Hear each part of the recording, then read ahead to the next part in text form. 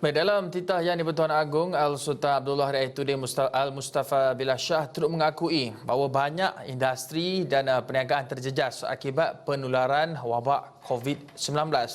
Baginda dalam masa sama turut menyeru para majikan supaya tidak membuang pekerja sewenang-wenangnya dan berharap semua pihak hendaklah bersedia melakukan pengorbanan demi meringankan bebanan rakyat jelata dan juga menyelamatkan ekonomi negara. Dan untuk bercakap mengenai perkara itu dari sudut perniagaan dan juga ekonomi, bersedia di Thailand ketika ini adalah Presiden Dewan Perdagangan Digital Malaysia, Chris Daniel Wong. Salam sejahtera, Chris. Salam sejahtera, Cik Hakim.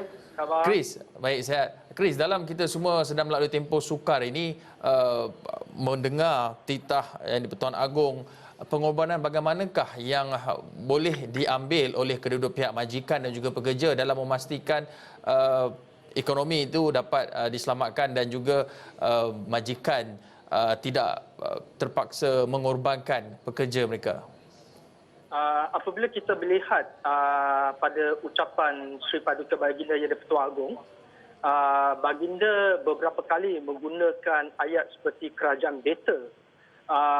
Saya melihat ni perkataannya amat mendalam apabila YDP menggunakan perkataan kerajaan beta.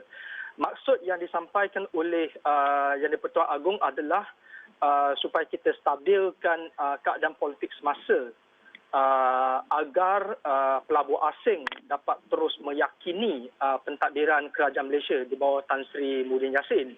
Apabila kita ada kerajaan yang stabil, keadaan persekitaran yang politik yang stabil, maka pelabur asing akan kembali ke Malaysia. Bukan sahaja pelabur asing tetapi pelabur tempatan juga akan kembali menabur wang pelaburan di pasaran tempatan. Apabila kita ada wang sebegini di pasaran, maka peluang pekerjaan dapat diselamatkan dan juga boleh ditambah. Jadi it's all about political stability di Malaysia. Ini yang saya nampak, saya lihat daripada ucapan Yang di-Pertuan Agong pagi tadi. Chris, apabila kita bercakap seperti kestabilan politik yang disebutkan itu tadi, ia merupakan antara perkara yang mempengaruhi sentimen pelabur luar untuk melabur di negara kita. Tapi dalam masa sama juga kita ingin melihat kepada penyediaan infrastruktur kerana sejak PKP dilaksanakan sehinggalah kepada PKPB ketika ini, kita dapat lihat bahawa platform digital itu memainkan peranan yang sangat penting. Bagaimana Chris melihat bergerak ke hadapan dalam usaha untuk membangunkan ekonomi terutama dalam bidang digital ini? Adakah infrastruktur seperti kecerdasan buatan, teknologi 5G dan juga analitik data raya ataupun big data ini memainkan peranan ataupun ia merupakan satu bidang yang harus diterokai di masa hadapan dalam kita meneruskan kesinambungan ataupun menggerakkan kembali ekonomi?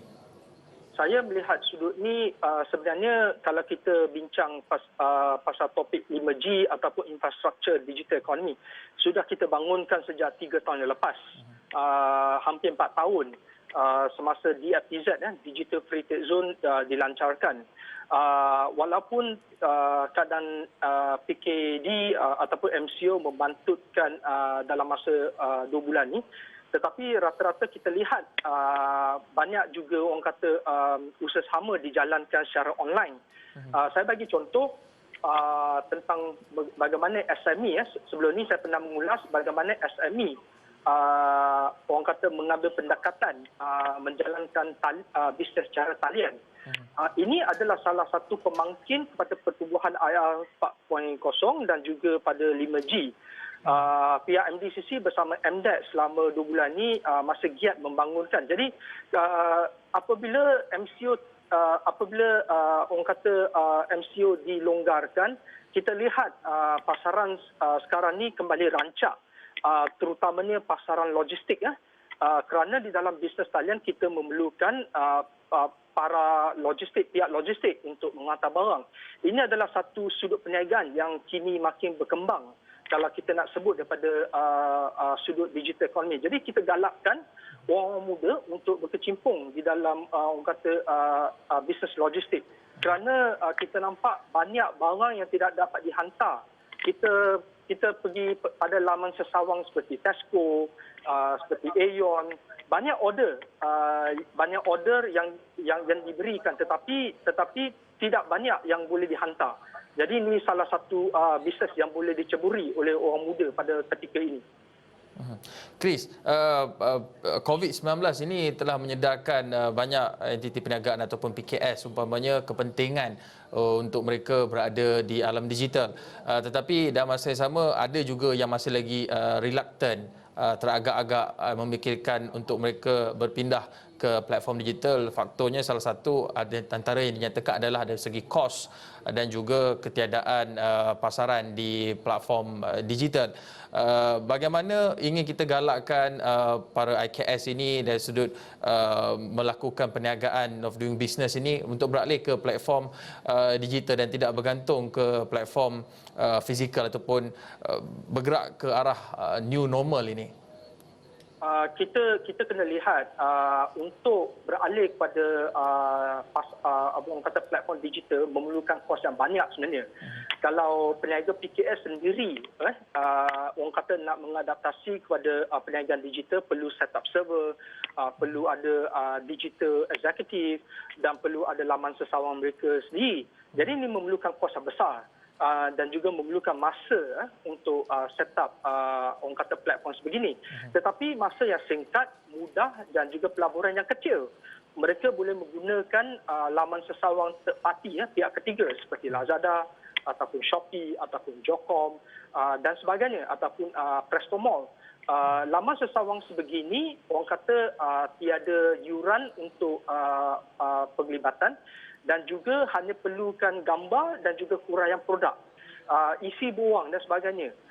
Jadi para PKS boleh mengambil pendekatan yang mudah dengan segera boleh naik laman sesawang ini. Tetapi masih perlukan sedikit bajet, bukan banyak, untuk orang kata buat Facebook marketing ataupun Instagram marketing dan sebagainya.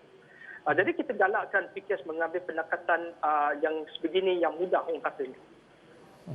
Chris ada menyebut mengenai kos yang agak besar. Roughly ataupun anggarannya kalau untuk sesebuah perniagaan beralih ke platform digital, berapa anggaran kosnya? Ataupun mungkin di masa depan mereka yang sudah ada perniagaan boleh diversify perniagaan mereka dengan menggunakan platform digital dan tidak bergantung kepada platform fizikal seperti nak kena sewa kedai, nak kena bayar sewa peralatan dan sebagainya. Tapi kalau di platform digital ini ada setengah kos dapat dikurangkan tetapi terpaksa menanggung kos yang berbeza.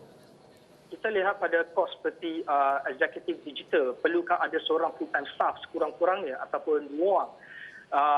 Kos permulaan dan juga kos server dan juga kos laman sesawang mungkin mencecah 50 hingga 80 ribu ringgit untuk setup sebegini. Tetapi kalau pergi ke pihak ketiga mungkin tak sampai 10 ribu ringgit. Dan majoriti kosnya adalah kos pemasaran yang seperti saya sebutkan tadi.